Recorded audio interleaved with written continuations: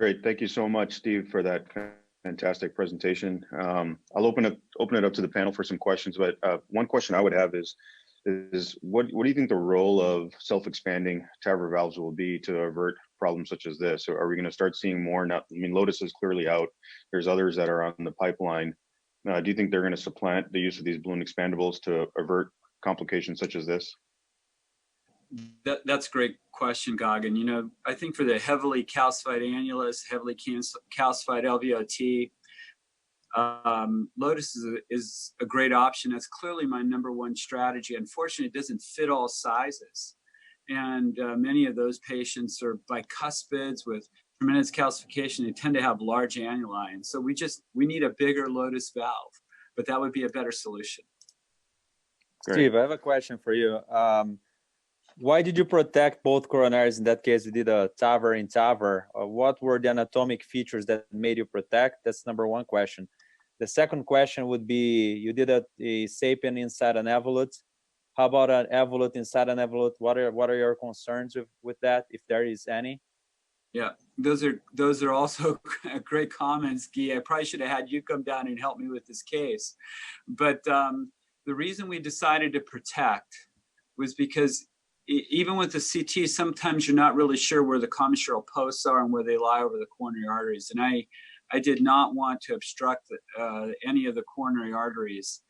And I was hopeful that I could decrease the amount of leaflet above the coronary ostium by putting in a SAPIEN in the second time.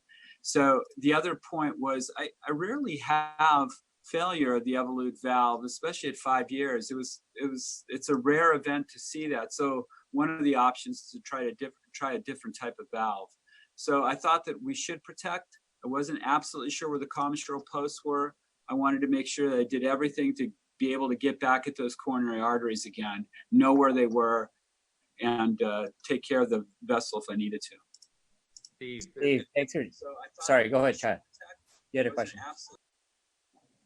A great case. Just out of curiosity, the implant for this was a little deep. Chance for overhang of the core valve leaflets. So with a deep implant and an intraannular valve, a risk of overhang. Now the echo showed no gradient, but you know, a risk, a concern. I'm sure it was looked at. Yeah. Are you talking about the SAPIEN valve case inside the core valve case, Chad? Exactly. Is that the one? Yes. Yeah.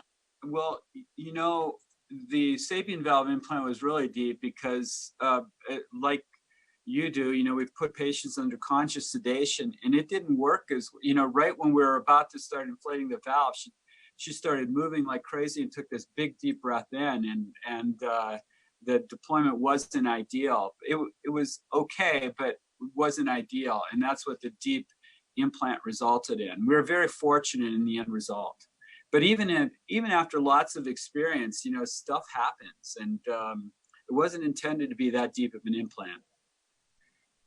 I could just make a comment about conscious sedation, because I think, you know, we all view it as a positive and as an advancement, and we use it routinely, probably in over 90% of cases. But I would say that there's conscious sedation, and then there's somewhere between conscious sedation and general anesthesia. And when you have a patient who's very comfortable, our anesthesiologists are very, very proud and very happy the patient is very comfortable, but they become disinhibited, and it can reach a point where that can sometimes be to your detriment. So oftentimes, if I notice the patient is you know, got restless leg or something's going on, I'll ask the anesthesiologist to do nothing and just let me give a ton of lidocaine and hope that they're comfortable. And generally they are, and they tolerate it really well. But when they start giving them propofol and other things for what we call conscious sedation, that's when I've noticed we start to get into trouble.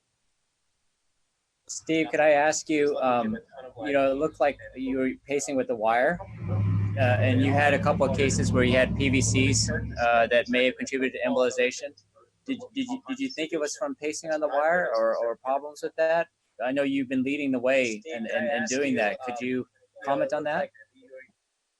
Yeah, you know, I tried to show problems in this course, and there are occasional episodes where the pacing isn't perfect. I think I've had very, very, very few problems with pacing with the wire. I don't believe in my own mind that pacing with the wire is different than a percutaneous separate temporary pacemaker.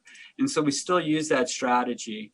I think occasionally we're going to get PVCs, but I don't believe, you know, clearly I don't have enough data, but I don't think it's different. I really don't. Fair enough.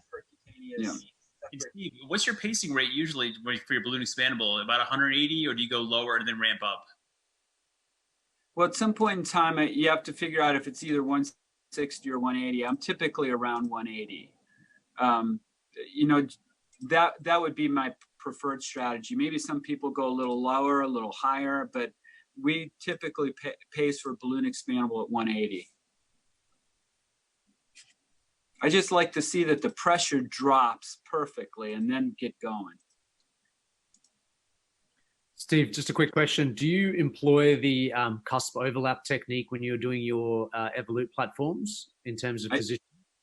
I do. I've adopted the Cusp Overlap technique. I think that we have to do everything we can to try to lower pacemaker rates. I'm willing to give that a try. And we're doing a study called Optimize Pro, where we're going to enroll about 450 patients and see if multiple centers can do the Cusp Overlap technique, get good results, and lower the pacer rates. Guy is a fan of high implants, but not everybody is as good as Guy is in an LAO projection of doing high implants. And but he's really outstanding, and he has great pacemaker rates with that high implant technique in the LAO position. Yeah, last year at CVI, I think he was showing off a little bit. I'm just it was a great case of a high implant that showed that how it can be done. And if you're interested in that, it's archived. It's a beautiful technique, really beautiful.